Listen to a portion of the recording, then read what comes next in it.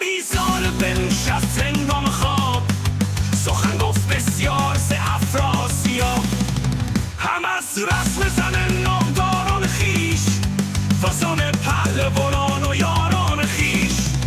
همی گفت هرچند کس پهلوان، بود بخت بیدار و روشن روان.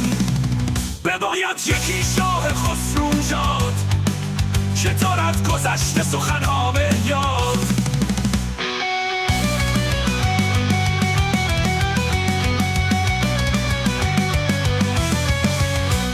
به کردار کشتیست کار سپاه، همش باد و هم بادبان تخت شاه. اگر داردی توس و گستهم فر، سپاه است و گردان بسیار مرد. نصیبت بر ایشان همی تاج و تخت، بباید یکی شاه بیدار بخت.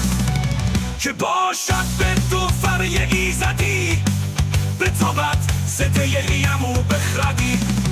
ز تخم فریدون به جستن چند، یکی شاه زیبای تخت بلند.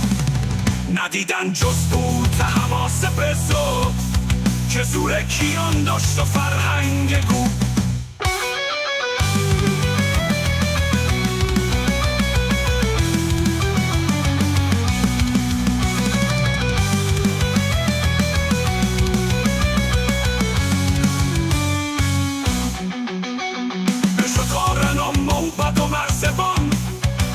که زور کیان داشت و فرهنگ گو.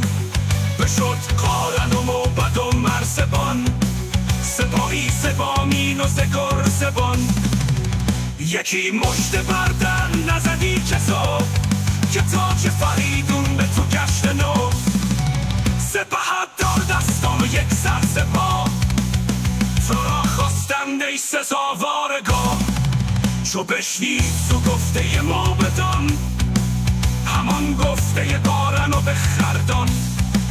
بیامد به نزدیک ایران سپاه، به سر بر نهاد کیانی کلاه. به شاهی بر او آفرین خوانده سال، نشست از بر تخت 5 سال.